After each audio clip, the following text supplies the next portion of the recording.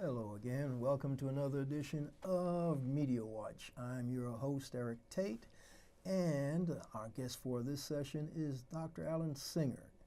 Alan, welcome again to Media Watch. Thank you. Self-intro for me. Thank you for having me, Eric.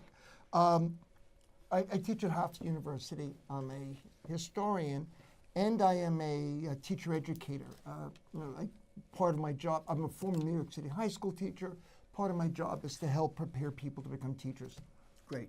And you do some blogging, you do some other things that put your name out in the general public, and you stay on top of all these issues that we deal with. So we want to thank Manhattan Neighborhood Network and EVT Educational Productions for once again making all this happen. And so, Alan, we touched on a couple of things when you were visiting us the last time. I know there was one story that popped up that ties to some other stories we covered before when you were a guest, one of which actually happened on your campus. Tell us a little bit about that student demonstration and how it kicked off the major discussion on your campus and beyond. Well, Hofstra was in the news last week. What happened is that a small group of students challenged the existence of a statue commemorating Thomas Jefferson on the campus. And the issues have been raised before. It came up in 2007, and one of the things that happened in 2007 is the university agreed to put up a statue of Frederick Douglass, which it did. Students, a new group of students, because it's 12 years turnover, have again raised the issue that Thomas Jefferson was a slaveholder, that Thomas Jefferson had a 15-year-old enslaved African teenage girl as his mistress. He had a number of children with her, and he kept her and the children enslaved until he died. Right. And the other issue with Jefferson is that in the later years, his plantation, which primarily commercial crop was tobacco, was unprofitable. And what he did is he kept his plantation going by participating in the domestic slave trade, selling off people. So what the students have raised is that we shouldn't have a statue of Thomas Jefferson on our campus. And the latest protest happened to occur right around the time when they were celebrating the 50th anniversary, leading up to the death of Dr. Martin Luther King Jr. So all this ties into what's been going on in looking at the country as it's trying to come out of the legacy of slavery. So continue. Okay, I've been a big advocate of getting rid of the statues that celebrate the Confederacy. Today is April 11th. Tomorrow we're taping, it'll be April 12th. April 12th is the anniversary of Fort Pillow. Pillow, yeah. And when we air this, it'll be next Monday, and so it will have just passed a week before. Go. Fort Pillow was a Civil War battle, 1864. And what happened is most of the troops defending Fort Pillow for the Union Army, which is located in Tennessee on the Mississippi River, were African American. Right, part of that cadre of blacks who had to work hard just for the Union to let them serve. And 200,000 men ended up being the difference in their war for freedom. That's correct, in the Navy as well as on land. Now, what happened at Fort Pillow is the troops were overrun by Confederate forces under Confederate General Nathan Bedford Forrest. Once a number of people were wounded in the battle, and some people surrendered. Forrest's troops from the Confederacy went through the field murdering the wounded soldiers and then murdering everyone who surrendered. They murdered all the black troops, and they actually murdered white officers who had the nerve to serve a black troops. Commanding the black troops, yes. Now, this led to outrage at the time. This was Confederate policy. They would not accept blacks as to surrender. They slaughtered them. That's correct. This was a massacre. This is what the Confederacy was. It was not a noble lost cause. They were enslavers, and they were traitors, and they were murderers. Yes, they were trying to tear the Union asunder, as they used to say. Forrest, after the Civil War, becomes a founder of the Ku Klux Klan. So, and there are still monuments to Forrest all over the South. And this is not the only massacre that takes place. A little bit later at the Battle of Crater, under Commander Robert E. Lee, black troops are slaughtered again who I surrendered didn't or know about wounded. the crater. I knew Fort Pillow. Yeah. I didn't know about that crater. Where did that take place? That's in Virginia, during the Okay. Virginia campaign. Now, what's interesting is that for about a month after Pillow, there was outrage in Congress, outrage in Lincoln. They do it again, we're going to do it to them. And then a month later, they forgot it because we're going to have malice towards none Right. because they're going to welcome them back. Right. So the racism of the South in that Civil War, the racism that is institutionalized under Jim Crow and segregation policy in the United States, that racism still infects the United States. And that's why I think it's crucial that we challenge the statues and monuments to the Confederacy, because they are statues and monuments to racism. So fast forward. So when Charlottesville happens and these people start marching with their tiki torches, claiming that they're protecting Southern lost cause heritage, a young lady gets killed by one of these neo-Nazis, white supremacists, when he drives his car into the crowd of anti-white supremacist protesters. And the current occupant of the White House decides he's going to speak to the nation. Remind us again how yes. Good people on all sides. Right. There are no good neo-Nazis. So Donald Trump gets up and tries his best to supposedly heal the nation and bring calm after this young lady loses her life protesting these crazy neo-Nazis and KKK sympathizers. And the President of the United States says, and there were good people on both sides at this demonstration. On all sides, on all sides. I forget, not both sides, on all sides. Problems were caused by people on both sides, all sides, and there were good people on both sides. Well, the problem with that is, as a number of his Republicans in the House and Senate immediately said, if there's one thing we cannot stomach is somebody in our party saying that neo-Nazis and white supremacists are okay. And that was actually almost at least 30 or so Republicans actually said that then. And then they back off. And then they back off. So I want to just get back to Thomas Jefferson a second. First, I was very excited about the student involvement in this issue. I was at City College in the 1960s and 70s, and we went on strike. We had takeovers in 68, 69, and 70. Like every spring we had takeovers. Student demonstrations. Student activism has been spurring change in the United States. But on the other hand, one of the things that happened is this protest against Jefferson didn't take off so much because of the students. It got national attention because of Bill O'Reilly. Okay. The exiled Mr. O'Reilly has a pay-to-view podcast. Oh, And okay. he also has the tweet habit of our president. And it was O'Reilly that publicized what was going on at Hofstra, really to mock it. Right. Because what O'Reilly's position was, they want to take down all our great American Our monuments. heroes. Yes. I think we need to be strategic in our opposition to the statues and monuments. Okay.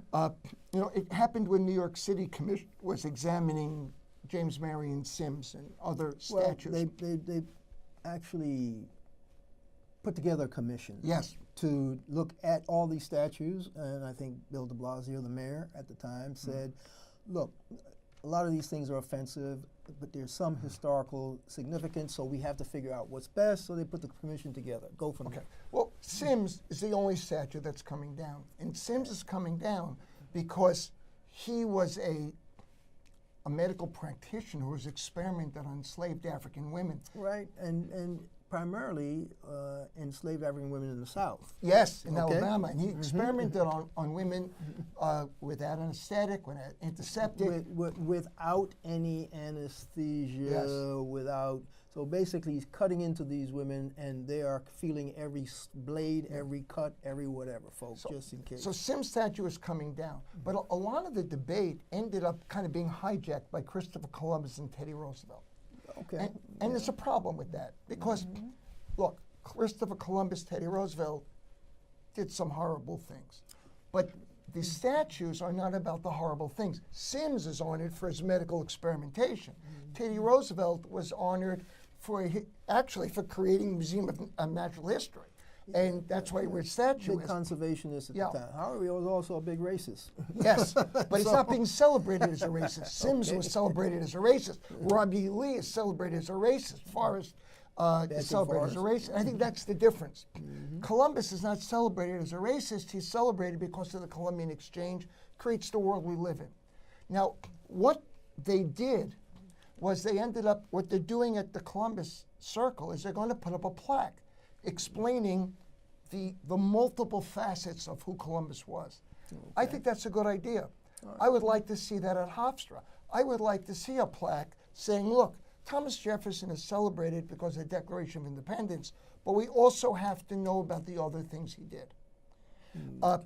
What I would also like to see at Hofstra is maybe another statue, like right next to him, maybe Harriet Tubman, who represented the struggle for freedom, or maybe Martin Luther King, because in 1963 at the march, King actually quotes Jefferson's promise from the Declaration, and he says we haven't achieved that promise yet. So I think that a fitting resolution would be a plaque explaining who Jefferson was, that we're honoring from the Declaration, but then maybe having Martin Luther King explaining that that promise has not yet been achieved. Well, yeah, I see what your point is. My thing is, Harriet Tubman we know about, but there are people who were part of that abolitionist movement, freeing the slave movement, who actually were significant, say here in the New York metropolitan area. There are people like David Ruggles, who actually co-founded the Vigilance Committee. Yes. And the Vigilance Committee were those individuals who basically decided that they would not let Southerners come north and snatch people back. They called them blackbirders, and they would accuse any black person walking the streets of New York as being an escaped slave. And once they snatched them into custody, they had a hard time proving that they were not. Right. And so the Vigilance Committee would say, okay, you snatched them, we'll snatch them back. Right. As property, you had no legal right. That's They exactly could just get you They out. claimed you were, Yeah. whether you were or not. And Well, so then it would be a fight to prove that you were not property. And since you couldn't testify, supposedly, it would be a very difficult thing for you. So the Vigilance Committee that David Ruggles founded, part of their anti-slavery movement was to physically snatch these people back. And so if you say David Ruggles to somebody today, they'll go, who? David what? And so maybe a statue to David Ruggles I think that would in be place of, or right next to Thomas Jefferson. But you know where I'd like to see David Ruggles? Maybe in Manhattan. And the other person is Henry Highland Garnett. Henry Highland Garnett is the lead orator of the what they called the Negro Convention movement in the 1840s. He called for open rebellion against slavery, and his church is in what's now Soho, and his church, it's not there anymore, but that was the place where the city's African American community and the city's white abolitionists who joined with them to greet the Emancipation Proclamation. Right. So he's another person. It was one of the stations on the Underground Yes. Railroad. I forget what the name of the church was. Shiloh Presbyterian, I believe. Okay, all right. Shiloh? Shiloh. Shiloh Yeah, Presbyterian. Yeah. But the thing is, I would like to see a celebration of the freedom fighters. As opposed to a celebration of these slaveholding, whatever, icons that have been part of the iconography of this country for too long. But see, the problem that we have, as you and I both know, is that we don't teach American history in its totality. Right. We teach these names, places, dates, and the names are of white males, some of whom had bad things to their names, and they don't teach that.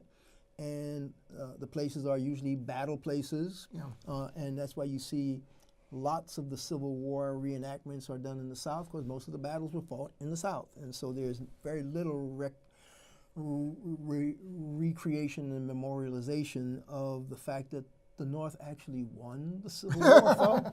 But if you watch the Civil War celebrations, you would think that the South won, and that the whole thing was just something to glorify the mores and traditions of Southern life, which included holding black people as slaves, holding people as slaves. 'Cause at one point they tried to enslave Native Americans too, but Yes. that's another part of history that's not well told. But anyway, so historically, to bring that back to today, what's the result of the demonstration out of Hofstra, and how are you moving forward? Well, the next step is Hofstra students are meeting with the president of the university to come up with a plan. Again, what they did in 2007 is they set up a commission to come up with the new statue, and that's where they came up with the Frederick Douglass statue. So the next step will be, and by the time this is broadcast, they may have already met. So that's where it is now. And this, so the students are continuing to organize, and they're meeting with the president of the college. Oh, okay, so the statue debate is turning into action on the Hofstra campus. Yes. So that's great. The debate of the Parkland students, because I saw a headline to bring it back around to student activism nationally. The Parkland last headline I saw when we aired, would have been last week, it said Parkland students are hoping and trying to make sure that their activism is reflective of and tied to the struggle that Dr. Martin Luther King was engaged in when he lost his life. And so the fact that they are aware of the larger activist tradition from which they are building, on which they are building, I find very refreshing and good to hear. I saw another headline, folk. This is airing Monday. It's like a Wednesday headline. Laura Ingraham still having problems with sponsors for her show. She's back on the air, by the way. This is the Fox commentator, Laura Ingraham, who tried to badmouth David Hogg, the Parkland, Florida student activist, who everybody's been, because he's been so vocal and so articulate and so forceful, they've been trying to demonize him. And people are pushing back. And so somebody said, by the way, he did get into a number of colleges, Laura Ingraham, including one of the schools you thought he didn't get into. I mean, it's almost like childish back and forth on mainstream media or on whatever. But speaking of media and Laura Ingraham and Fox, let's talk about the Fox fake news organization and their reaction to the fact that Donald Trump's personal lawyer was served a search warrant. A search warrant was actually effectuated by the FBI on Trump's personal lawyer. Cohen is his last name. I'm losing Michael Cohen. And when that happened, the Fox fake news commentators had a hissy fit. Were you paying attention to how crazy they got? I don't watch them. I understand, but because it was so bad, it was all over. Everybody else was quoting them on their ear. Well, Sean Hannity was going on and on how it's the end of climate privilege. Yeah. Basically, he was parroting whatever Donald Trump was saying, or maybe it was Donald Trump was parroting what him. Sean Hannity was saying. Yes, but the bottom line is so not to gloss over it. The special prosecutor Bob Mueller evidently came across some stuff that was brought to his attention that he actually referred to the Justice Department, and it had to do with what was going on between the porn star Stormy Daniels and money being paid by Michael Cohen to possibly shut her up on the eve of the election, maybe not to possibly shut her up because that's what needs to be investigated. Right. But Mueller said, this is not in my wheelhouse right now. Justice Department, here's something you might want to look into. The Justice Department looked at it. Rod Rosenstein, acting Attorney General, said, oh yeah, U.S. Southern District, New York. This looks like something for you guys to do because it's actually in your geographical wheelhouse. And so they actually started the wheels rolling, and of course it went through the legal process. Judge had to give them all the pros and cons, and the judge signed off on it, and the FBI executed the search warrant. And so Donald Trump went ballistic. Yes. And when he went ballistic, talking about Attorney-client privilege is dead in this country, and Sean Hannity over at Fox News had as I said, a hissy fit about attorney-client privilege, and this man Mueller has exceeded his authority, and he needs to be fired. And this is the right-wing media drumbeat that this is a bridge too far. Mueller has crossed the line, and he needs to be fired. And Donald Trump is going through his changes and whatever about trying to get up his courage to do the firing. But Alan, what have you seen since with all this brouhaha? Okay. Well, first, this is Wednesday the 11th. We're broadcasting on Monday the 16th. Something like, yeah. Who knows who's going to be fired in the next 5 days? Yeah. So every morning I get up and I check the Donald's latest tweets to tweet him back, but also to find out who got fired. So I don't know. But a lot of the people that I do follow are really frightened by the developments that are taking place. There are two New York Times columnists that I read regularly, Michelle Goldberg and Frank Bruni. And Goldberg had a column recently where she is greatly concerned by some of the alt media of the alt-right. And I never even heard of these things. Oh, the but something called the 4chan and 4chan. Oh, yeah. Q We talk and about them on Media Watch all the time. Yeah, but it's like that's they're why we're so Media deep. Watch. Right, but they have to be watched because it's like sci-fi. You know, they have make an up alternate, things. They have an alternate universe. Yeah, you know, it makes you scared about legalizing marijuana because these people must be high. I mean, they've developed this entire theory about a deep state conspiracy. Trump is really a genius, and he's going to expose all things. He's going to bring everything down to free us, and it's insane. But with Bruni's point, and again, Frank Bruni writes for the Times, his point is that what Trump is going to bring down is rule by law and democracy. Because what Trump is doing is he's challenging the legitimacy of law, and he's challenging the idea that the President of the United States has to be bound by the laws. Now, the United States gets this tradition that leaders must be bound by the laws. It dates back to the Magna Carta in the 13th century. The idea that the leader was not above the law, and that is incorporated in the United States, basically the fundamental principles of the United States.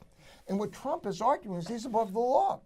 And if he removes these people and the Congress, which is controlled by the Republican Party, does not respond, the democracy is severely threatened in the United States. And that what Frank Bruni says is that Trump is scared and he's like a caged animal that's trapped. But he says the issue is not that Trump is scared, is that we need to be scared because of potential actions. You know, when Nixon tried to place himself above the law and fired people, Congress responded by reining it in. But that Congress was under the control of the Democratic Party. Today it's Republicans. Back then, there were Republicans, Goldwater and Sam, I want to say Sam Nunn. I'm not sure Sam Nunn was a Republican. Nunn was a Democrat. But there was another Republican. Irvin. Yes. Irvin was a Republican. Was? Yeah. I believe Irvin was a Republican. And Baker. Baker was a definite Republican. So Irvin may have been Democrat.